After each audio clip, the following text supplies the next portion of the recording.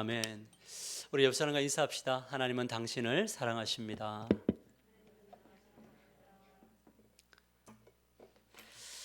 오늘도 하루 종일 삶을 잘 살아내시고 또 하나님 앞에 기도하러 나온 여러분들을 주님의 이름으로 환영하고 축복합니다.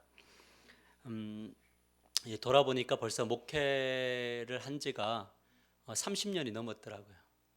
이게 이제 전도사라는 타이틀이 붙여진 것으로부터 지금까지 목사가 될 때까지 30년의 세월을 보냈어요. 하나의 직업으로 30년을 했으면 되게 좀 많이 한 것 같기는 하죠.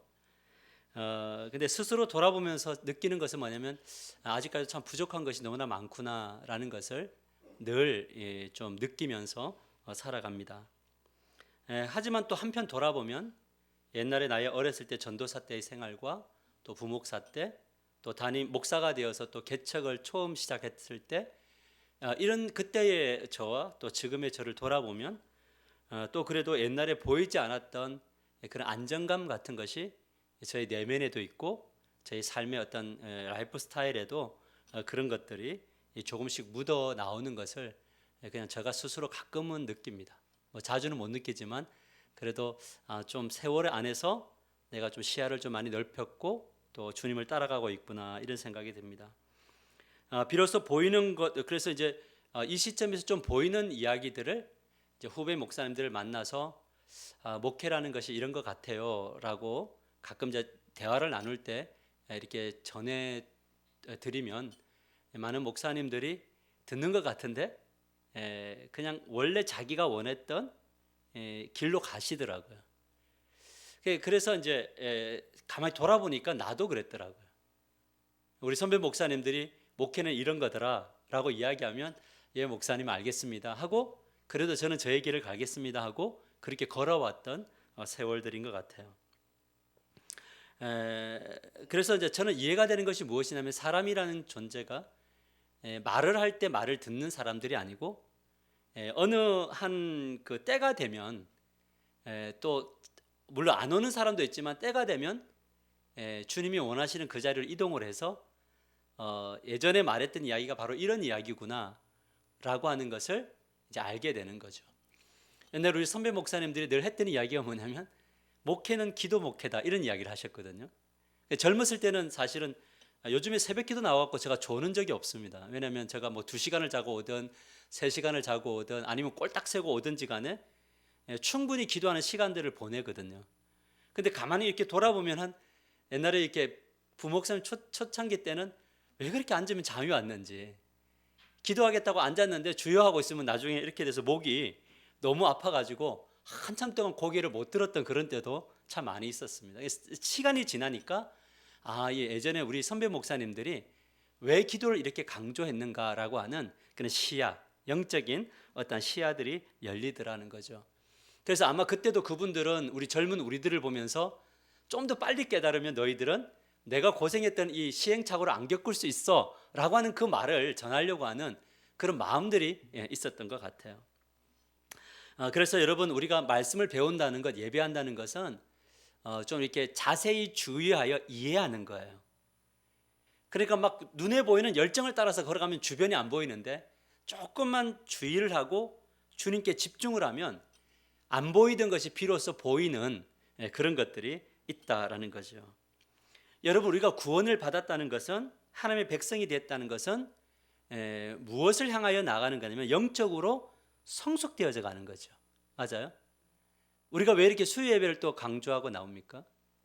우리가 왜 또 기도를 하고 3월 달에 말씀 집회를 하고 또 우리가 또 특별 저녁 기도를 하고 하는 이유가 뭘까라는 것은 그냥 우리가 모여서 우리의 신앙을 점검하자 이게 아니라 우리가 그래도 그런 시간을 통해서 좀 자기를 돌아보고 나에게 주어진 상황을 돌아보면서 좀 더 지금 이 가운데 하나님이 나에게 무엇을 원하시는가를 보고 깨달은 바대로 순종의 걸음을 내딛어서 하나님의 일하시는 것을 보는 그런 영적 성숙의 목표가 있다는 거죠. 근데 영적으로 성숙하게 되면 이제 뭐가 일어나냐면 시각이 좀 달라지는 거예요. 그런가요? 예전에는 우리가 저 사람을 딱 볼 때 저 사람 왜 저래? 라고 막 비판했다면 조금 시간이 지나서 보니까 이해가 좀 되는 영역이 있어요. 왜냐면 나도 경험해본 바고 성경을 통해서 보니까 인간이란 존재가 충분히 저럴 수 있구나를 이해하게 되면 그다음부터 뭐냐면 비난이 아니라 그 사람의 연약함을 붙들고 뭐하기 시작을 하게 되면 기도하기 시작해요. 각도가 달라지나요? 그 상대는 똑같은데 변화는 누가 되고 있는 거죠? 내가 되는 거예요. 그래서 영적인 성숙이라는 것은 나의 시선과 나의 시각이 변화되는 거더라고요. 그런데 그래서 새로운 시각을 가지게 되는 게 구원인데 이 예수를 믿었다고 해서 사람들이 다 시야가 새롭게 되어지는 것은 아니더라는 거예요. 오랜 시간 교회 생활을 하고 무엇인가를 해도 항상 결정적인 순간에는 옛날의 시야로 돌아가서 그렇게 있는 분들이 있는가 하면 예전에 이제 세상적인 시각을 내려놓고 하나님의 관점으로 삶을 바라보기 시작하는 그런 사람들이 있는 거죠. 이런 사람들을 뭐냐면 영적으로 성숙했다 이렇게 이야기를 하는 겁니다. 그래서 신앙이라는 것은 결국 뭐냐면 세상적인 관점과 하나님의 관점의 중간에 딱 서서 내가 어디로 나의 몸을 이동하느냐의 문제인 것 같아요.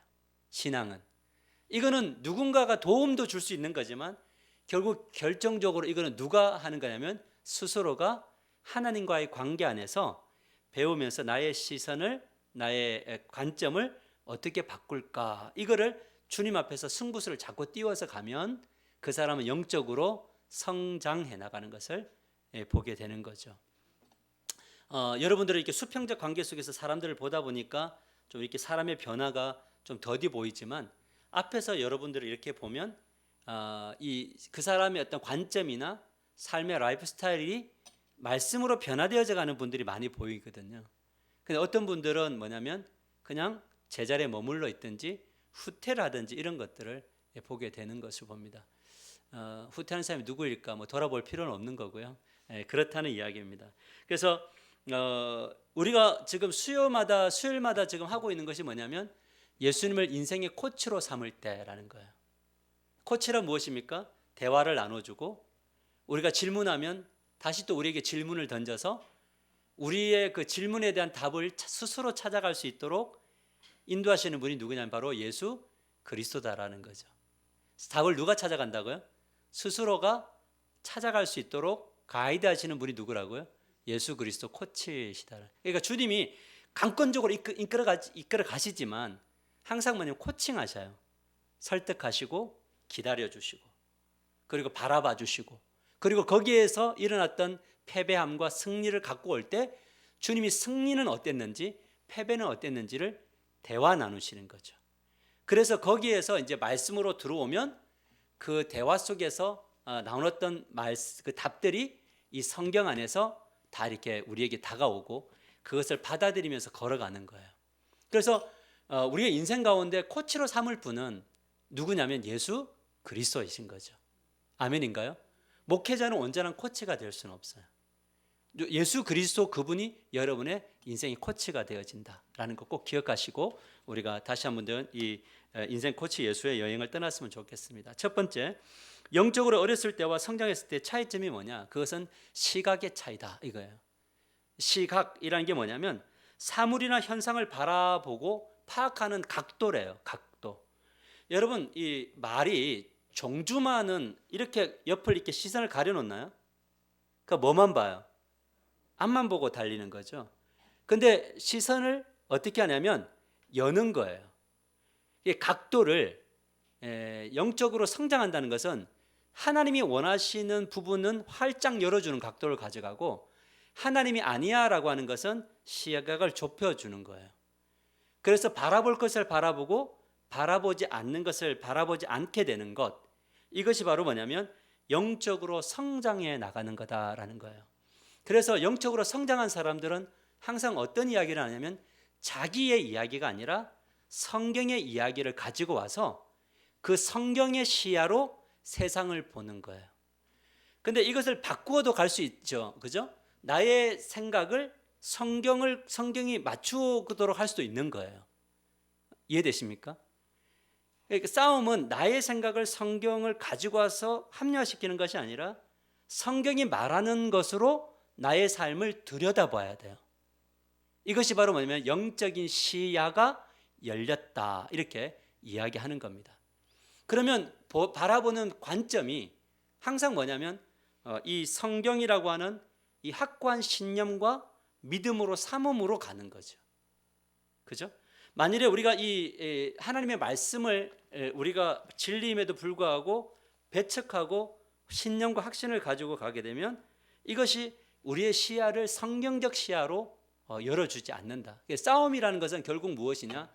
우리가 세상의 일반 생활상 속에서 많이 배우고 느끼고 체험한 이 모든 것들을 그것을 자기가 걸러서 자기의 신념으로 삼는 것이 아니라 보여주고 배운 모든 바를 항상 어디다가 갖고 오냐면 성경에 갖고 와서 이 성경이 지금 나의 삶을 이 세상을 어떻게 살아야 되는지 말하는가를 갖고 해석을 해야 뭐냐면 올바른 시각이 열리게 된다라는 것을 이 성경은 우리 영적인 성숙이다, 이렇게 말을 하고 있습니다. 그래서 여러분이 세상을 바라보는 각도가, 또 삶을 바라보는 각도가, 나를 바라보는 각도가 항상 성경적인 각도 안에 있게 되기를 주님의 이름으로 간절히 축복합니다. 여러분, 다른 사람이 나를 미워하면 나는 이상한 사람이 되는 건가요? 이거 누구의 각도예요? 다른 사람이 시선으로 나를 보는 각도인가요? 이거는 올바르지 않죠. 그런가요? 누가 뭐라 해도 하나님이 나를 어떻게 하시는가, 성경이 나를 어떻게 대하시는가, 하나님 나를 어떤 관점으로 보는가, 이것을 진짜 믿고 가면요, 조금은 뭐냐면 겸손하면서도 당당해질 수가 있는 거예요. 자기 사랑이 있는 거죠. 그래서 이제 설령 뭐 세상 사람들에게 또 사람들에게 따가운 눈총을 받고 힘든 일을 당하더라도 과연 지금 그것이 어떤 관점으로 봐야 되는가를 하나님 앞에, 주님, 코치 대신 예수님 앞에 묻고 또 질문하면 주님이 성경을 통해서 우리에게 답을 주실까요? 그러면 좀 더 힘있게 살아갈 수 있을까요? 그 뭐 어떤 물질관이든지 뭐 건강이든지 우리 삶의 모든 것들이 다 이제 여기서 사실은 우리의 시야가 새롭게 정립되어져야 된다라는 이야기를 하는 겁니다. 이삭의 가족들을 우리가 한번 만나볼까요? 우리 도표를 한번 보시면 이삭의 가족들이 있는데 이 사람은 같은 가족들 안에서도 같은 시각, 다른 시각을 가지는 그런 것을 보죠. 이삭과 에서는 같은 시각, 야곱과 리브가는 같은 시각이, 아빠와 큰아들은 같은 시각, 엄마와 작은 아들은 또 같은 시각인데 이 아빠와 아들, 엄마 사이에 인생을 바라봄이 다른 시각으로 바라봐요. 똑같은 집안인데도 처음에는 이삭과 에서는 말씀을 기억하지 않고 무시함. 하나님이 이제 말했던 게 뭐예요? 첫째가 둘째를 섬길 거라고 했나요? 맞죠? 이게 하나님이 주시는 말씀이죠. 그럼 이 시야로 일단은 봐야 되는 거죠, 그죠? 그런데 이삭은 뭐하죠? 말씀을 기억해야 하나요? 안 하고 무시하죠. 근데 리브가는 뭐예요? 말씀을 기억하나요? 그죠? 기억하는데 무시해요. 그러니까 이 차이예요. 기억하지 않고 무시하고 기억하고 무시하고 누가 더 나빠요? 둘 다 나빠요. 기억하고 무시하고 기억하지 않고 무시하고. 근데 이삭과 에서는 목적이 이끄는 대로 움직이고 리브가와 야곱도 목적이 이끄는 대로 둘 다 움직여요. 이들의 목적은 무엇이냐면 장자권을 한 사람에게 주는 거고 한 사람은 그 장자권을 빼앗아 오는 거예요, 아버지로부터. 그런데 이삭과 에서는 어떻게 축복권을 주려고 하냐면 입의 맛을, 그러니까 맛있는 것을 먹고 축복하려고 하고, 그 다음에 리브가와 야곱은 어떻게 축복을 받으려고 합니까? 수단과 방법을 가리지 않고 축복을 받아내려고 하는 거죠. 이삭과 에서는 목적을 이루지 못했고요, 리브가와 야곱은 목적을 이루었나요? 여기서 누가 승자이죠? 누가 승자예요? 아무도 승자가 아닌 거죠. 그죠? 그러나 우리는 어느 쪽이 더 되고 싶어요? 야곱 쪽이겠죠. 그러니까 어떤 똑같은 상황을 바라볼 때 하나님이 어떻게 움직이시는지, 하나님이 어떻게 하시는지, 이런 부분들로 우리가 이제 보지 않으면 뭐가 되냐면 우리 편의 방식으로 일을 하게 되어져 있다라는 걸 보여주는 거죠. 그래서 이제 리브가가 결국에는 이제 야곱과 목적을 이루었지만 목적을 이룬 것이 다가 아니야를 가지고 하나님이 보여주시는 것이 바로 이제 야곱의 일생인데, 우리가 잘 알고 있지만 야곱의 일생을 한번 돌아볼까요? 야곱이 어떻게 그의 인생의 시각을 새롭게 하게 되는지 이제 보는 거예요. 이 베델에 가보니까 같이 한번 읽어볼까요? 시작. 야곱이 잠이 깨어 이르되 여호와께서 여기 계시거늘 내가 알지 못하였도다. 자, 그러면 야곱은 장자권을 빼앗는 것은 누구의 축복을 받기 위해서 빼앗은 거예요? 하나님으로부터 축복받기 원하는 거죠. 그러면 야곱의 일생 속에는 하나님이란 분이 계신 거죠, 그죠? 근데 그 하나님은 어떤 분이셨냐면 이 야곱과 리브가에게는 수단과 방법을 가리지 않고 말씀으로 가면 돼라고 하는 그런 이제 하나님이셨죠. 그런 것도 허용하시는 하나님으로 이제 믿고 장자권을 획득을 했어요. 근데 이제 중요한 것은 뭐냐면 이제 형 에사에게 죽임을 당하려고 할 때에 도망을 가잖아요. 근데 야곱이 도망을 가는 그 중간에 그 과정 속에서는 하나님이 계셨나요? 야곱의 생각에 하나님이 안 계신 거죠. 그래서 근데 하나님이 베델에서 꿈에 나타나셔요. 그러니까 야곱이 하나님이 지금 여기에도 나와 함께 하시네. 시각이 어떻게 돼요? 새롭게 바뀌는 거죠. 아멘인가요? 이 부분이 되게 중요해요. 여러분, 주님은 예배당만 계시나요? 근데 삶의 현장에도 주님은 계시나요? 여러분이 죄 짓는 곳에도 여러분이 아름다운 삶을 사는 곳에도 다 같이 계시나요? 이것이 인정되느냐의 문제예요. 근데 우리는 자주 뭐냐면 하나님은 우리가 생각하는 그곳에 있지 않을 때가 있어요. 근데 하나님이 이 베델의 사건을 통해서 말씀해 주는 게 뭐냐면 나는 너를 떠나지 않고 언제 어디서나 너와 함께하고 있다라는 거예요. 이거를 보여줘요. 그러니까 야곱이 이제 이 시야를 열었어요. 자, 그러면 한번 이 시야가 열렸다 그래서 계속 이거 하나님을 의존하고 가나요? 아니죠. 하나님이라고 가서 자기가 원했던 여자를 얻기 위해서 끝까지 세월을 보내나요? 맞아요. 여기에도 뭐가 있습니까? 원하는 것은 언제든지 다 가질 수 있다고 생각한 거죠. 그죠? 원래는 라헬이라는 것이 라헬을 처음에 레아를 처음 만났을 때 침실로 들어왔을 때 레아를 보는 순간 뭘 느꼈어야 되는 거예요? 인생은 내가 목표한 대로 계획한 대로 이루어지지 않는구나를 인정했었어야 돼요. 그죠? 그런데 뭘 해요 지금 야곱이? 그럼에도 불구하고 나는 나의 목적을 향해 가나요? 맞아요. 하나님이 보여주시는 시야는 너의 뜻대로 안 돼라는 것을 보여줬는데 나는 나의 뜻대로 가는 거잖아요. 그러니까 이 싸움이 우리들의 이 영적인 여정 속에 일어나는 거더라고요. 이게 지금 누구 얘기하면 저의 이야기를 하는 거예요. 하나님이 우리의 삶 속에 걸어갈 때 이건 아니야 라고 해줬는데도 불구하고 뭐냐면 긍정의 힘과 나만의 확신을 가지고 그것을 걸어갈 때가 있더라는 거예요. 그러니까 라헬을 얻었을 때 야곱은 어떤 생각을 했냐면 인생은 내가 목표한 대로 다 될 수 있다라고 생각하는 거예요. 여전히 시각이 좀 왜곡되어져 있는 거죠. 근데 이제 세 번째 우리 화면을 보면 미스바라고 하는 이 갈르엣이라고 하는 데서 자기는 인생에서 자기가 제일 똑똑한 사람이라고 생각을 했는데 하란에 가보니까 자기보다 더 비상한 머리를 가진 사람이 있었나요? 그럼 여기서 어떤 시각이 일어나야 돼요? 이 세상에서 내가 최고가 아니구나를 인정하는 법도 배워가야 되는 거예요. 맞아요? 왜? 이 라반이라는 존재가 그거를 알려주는 거예요. 자, 그러면서 돌아올 때 하나님의 은혜로 나와서 부자가 돼서 왔을 때 라반이 누구를 죽이러 오냐면 야곱을 죽이러 오는데 하나님이 꿈에 나타나셔서 다 보호해 주시나요? 맞아요. 그럼 우리의 인생은 위협 속에서 누가 보호해 주신다는 것에 대한 시야가 열려야 되죠. 하나님이 열려야 되죠. 자, 이 시야를 딱 알게 되는 거죠. 생명의 위협이 와도 하나님이 이 부족한 나를 지키시면 이 오빠가 나를 이거 장인이 나를 죽일 수 없구나를 알게 되죠. 그럼에도 불구하고 내면에 두려움이 사로잡혔을 때 이제 진짜 자기를 죽이러 오는 사람을 만나요. 그게 바로 누구예요? 형 에서죠.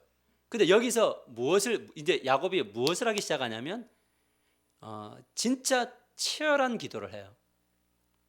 기도를 하는데 앞에 기도는 치열한 기도가 아니고 자기의 의로 왔다면 여기에 와서는 정말 하나님 없이는 안 됩니다라고 기도를 해요. 뭘 만났을 때? 예서를 만났을 때, 앞에 두고 있을 때라는 거죠.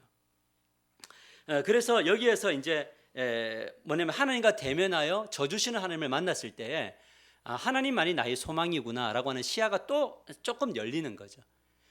그런데 이 우리의 인생이 시야를 바꾸고 시각을 바꾼다는 것, 이것이 얼마나 어려운가를 보여주는 게 바로 세겜에서 머무는 거였어요. 여러분, 우리가 신앙생활하면서 제일 바꾸기 힘든 게 뭐냐면요, 자기 자신의 익숙함을 내려놓는 게 진짜 어려워요.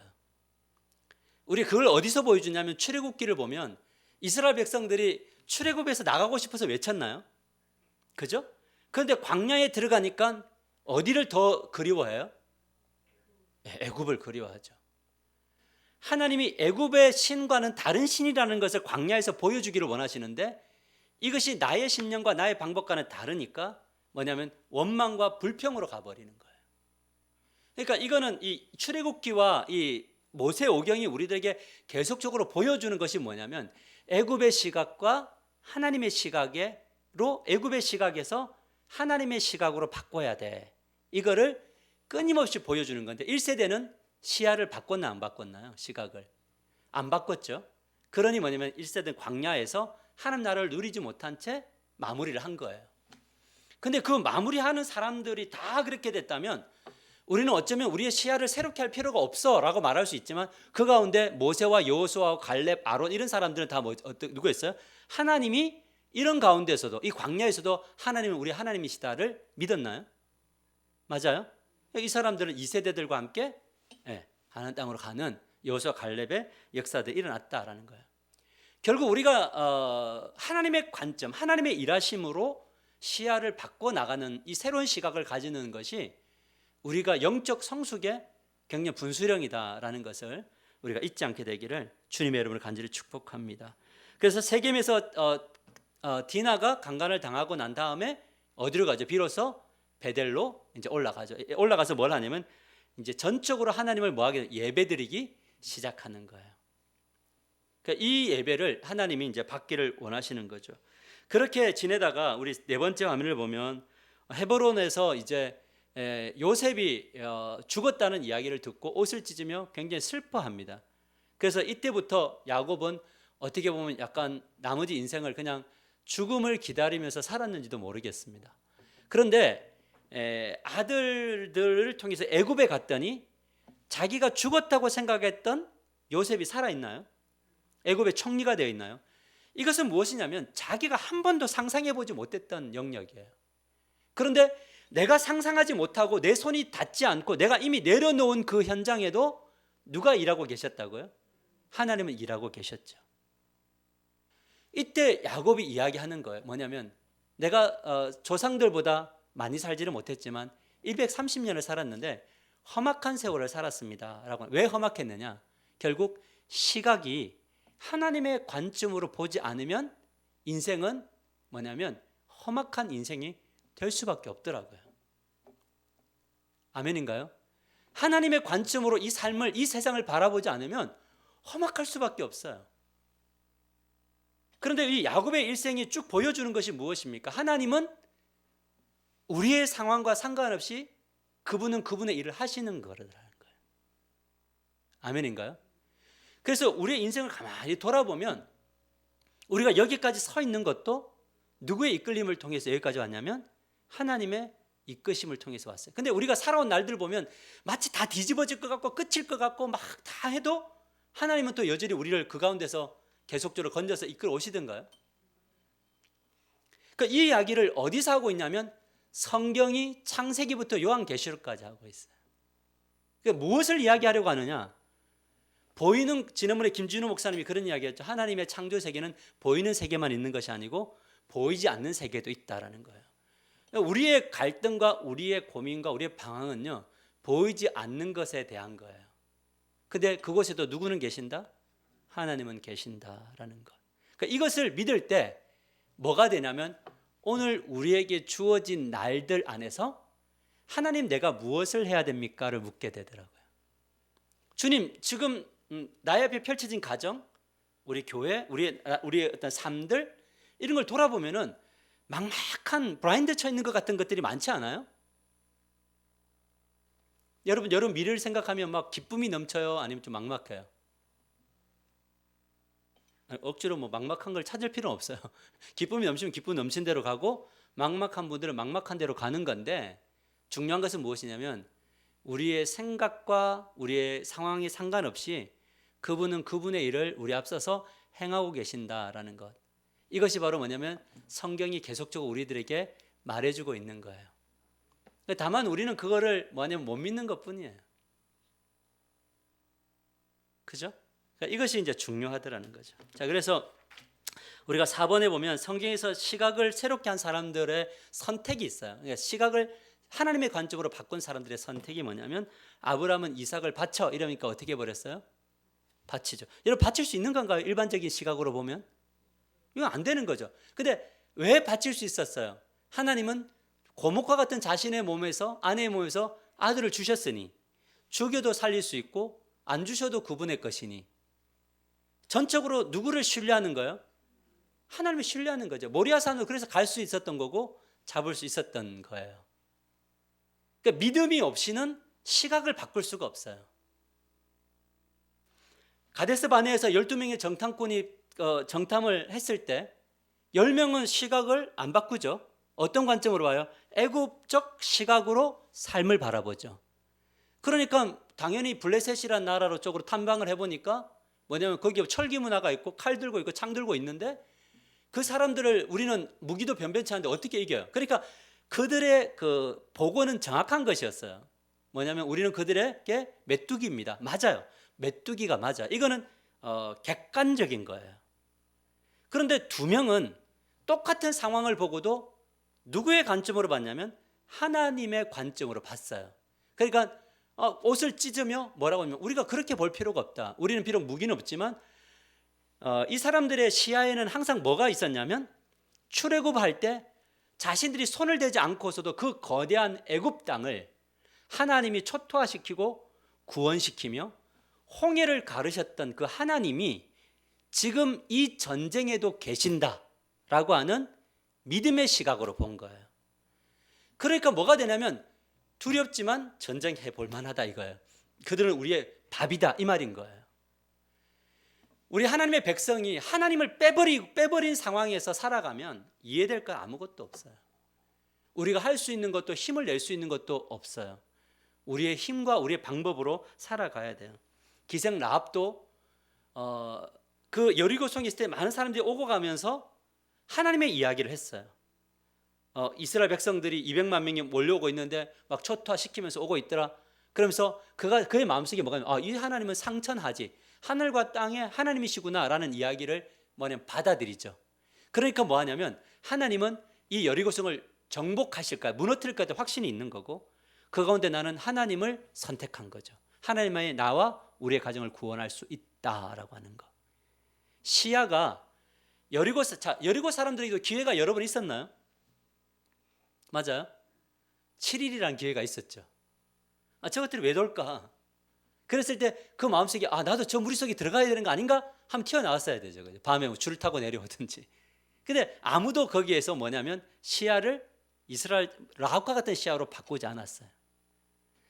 우리가 신앙생활하면서 제일 하나님 앞에 기도해야 될 게 뭘까라는 것은 결국 시각을 하나님의 관점으로 볼 수 있고, 하나님이 나의 시선에 보이게 해주십시오라고 하는 이 기도가 오늘 이 밤에 있게 되기를 주님의 이름으로 간절히 축복합니다. 엘리야는 혼자만 싸웠다고 생각했죠. 맞아요. 근데 하나님은 바알에게 무릎 꿇지 않는 실체는 남겨놓았나요? 이거는 보이는 영역인가요? 나의 시선에 보이지 않는 영역이죠. 나의 시선에 보이지 않는 영역에도 누구는 지금 일하고 계신다?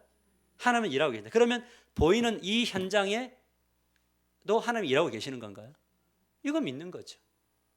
그러면 뭘 하게 되냐면, 우리는 우리에게 주어진 상황에 우리는 하나님 앞에 기도하며 인생의 코치이신 예수 그리스도 앞에 물어보는 거예요. 하나님, 나의 가정은 어떻게 되는 겁니까? 우리 자녀들은 어떻게 되는 겁니까? 우리 교회는 어떻게 앞으로 흘러가야 되고, 이 교회에서 무엇을 해야 되는 겁니까? 그 다음에 나는 나의 삶의 현장에서 이 세상에 대하여 주님 어떻게 해야 되는 겁니까? 라고 자꾸 물으며 기도하며 나아가다 보면 주님이 우리들에게 주시는 응답들이 있어서 그 응답을 가지고, 또 때로는 응답이 눈에 보이지 않아도 여전히 일하시는 하나님을 바라보며 오늘 나에게 주신 이 땅 사명을 잘 감당하는 흔들리지 않는 그런 믿음의 사람들이 될 줄 믿으시기를 바랍니다. 바울은 예수님만이 구원이시다라는 것을 봤잖아요, 그죠? 그러니까 시야에 뭐가 있어요? 옛날에 성경을 읽으면 그 바울의 관점에서 전부 율법만 보였나요? 우리 행위로 구원을 받는 것만 보였나요? 맞죠? 할례해야 되고. 근데 예수님을 만나고 나니까 이 성경이 다르게 해석됐나요? 맞아요?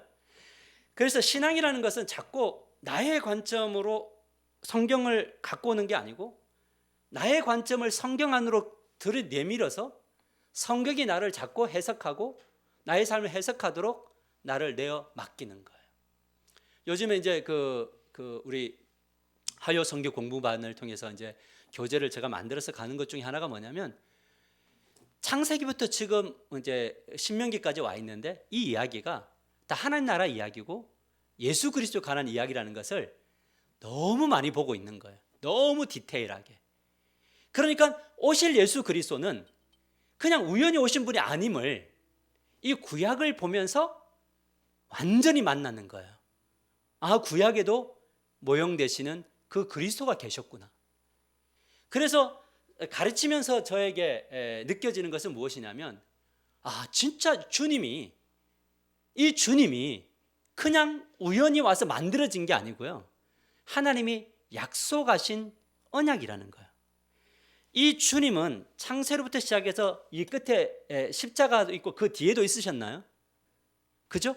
그러니까 이런 시야로 보게 되니까 지금 저와 여러분이 구원받은 이것이 에베소서 1장 3절의 말씀, 창세전에 너희를 택하사 거룩하고 흠이 없는 존재로 만드시려는 하나님의 계획에 기꺼이 순응해야겠다고 하는 시야가 열리는 거죠. 그래서 하루를 살아갈 때 그 주권을 주 앞에 이양하며 오늘 내가 어떻게 살아야 됩니까를 묻게 되는 거예요. 왜? 모르잖아요. 사실 이제 말씀을 알아가다 보니까 뭘 묻게 되냐면 하나님, 오늘 사실 저는 이거 달 거고 이거 달 거고 이거 달 건데요. 하나님 그때 또 끼어들어오는 것이 있을 것 같아요. 근데 하고 싶은 것들이 무너질 수도 있을 것 같아요. 그런데 그때마다 제가 물을 건데 하나님 당황하지 않게 하시고 제가 그 상황을 주님의 관점으로 잘 해석해 나갈 수 있는 능력을 주세요라고 기도하게 돼요. 막 이거 해주시고 이거 해주고 하니까 아니라 이제 배워가는 거예요. 뭐냐면 예측할 수 없구나. 그러니 뭘 하게 되냐면 오늘 이 하루를 놓고 하루를 기도하는 거예요. 그래서 이번에 제가 새벽기도 설교 때 그 야고보서 이야기를 하면서 내일의 이야기를 하는 이 어리석음에 대한 이거를 또 우리에게 주시는 것은 오늘 이 하루, 내일은 안 보이는 영역이잖아요. 그것은 내일이 되면 내일 우리가 해야 될 일들인 거지 오늘 우리가 해야 될 일들은 아니더라고요. 그러니까 오늘을 잘 준비하면 내일은 당연히 그 가운데 계시는 하나님을 만나 또 힘있게 갈 겁니다. 때로는 울면서 갈 겁니다. 때로는 웃으면서 갈 겁니다. 그래서 결론은 무엇이냐면 우리의 신앙의 여정은 어쩌면 인생을 바라보는 시각을 새롭게 열어가는 과정이다라는 거예요. 참 신기하지 않아요? 저는 우리 하나교회 성도님들을 만나서 참 신기함을 느껴요. 하나교회가 아니었으면 만날 수 없는 사람들을 만났는데 여러분들 때문에 저의 인생을 또 배우게 되고 여러분이 저를 통해서 또 하나님을 또 배우게 되고 그런 과정을 통해서 내가 이분을 만나지 않았다면 이분을 제대로 몰랐다면 나는 또한 인생의 한 페이지를 또 못 맛보았을 것도 있었겠구나 이런 생각들을 하게 되는 거죠. 자, 이렇게 보니까 뭐가 되냐면 삶이 조금은 재밌어지더라고요. 할렐루야. 이건 하나님 계시니까요. 그래서 이것을 위해서 우리는 뭐냐면 예배하고 기도하며 성경을 배우고 모여서 교제하고 씨름하는 거예요. 기쁨의 씨름도 하고 또 때로는 어려움의 씨름도 하고 거기서 인내하며 우리의 인격을 다듬어 가서 결국 우리를 통해서 거룩하고 흠이 없는 주님의 모습이 드러나기까지 내가 내 자신에 대하여 인내하고 가정에 대하여 지체들에 대하여 인내하며 여러분들이 목사에 대하여 인내하며 삶의 현장에 대해서 인내하며 걸어갈 때에 비로소 인생의 코치와 함께 걸어갈 때에 그분이 보여주는 시야를 가지고 가면 내일은 그래서 희망이고 내일은 기대감이 있는 그런 내일이 될 줄 믿으시길 바랍니다.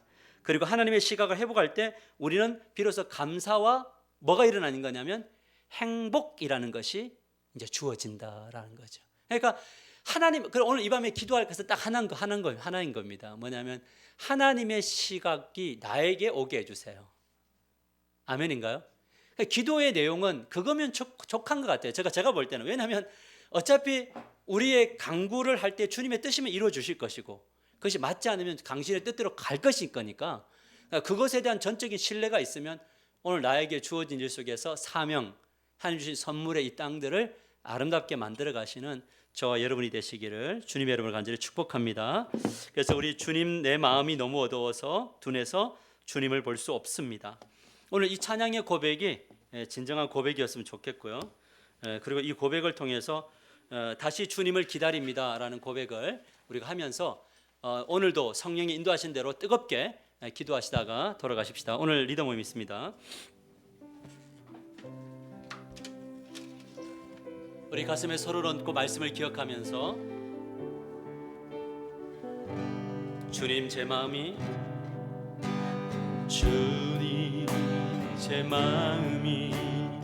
너무 둔해서 주님을 볼 수 없습니다.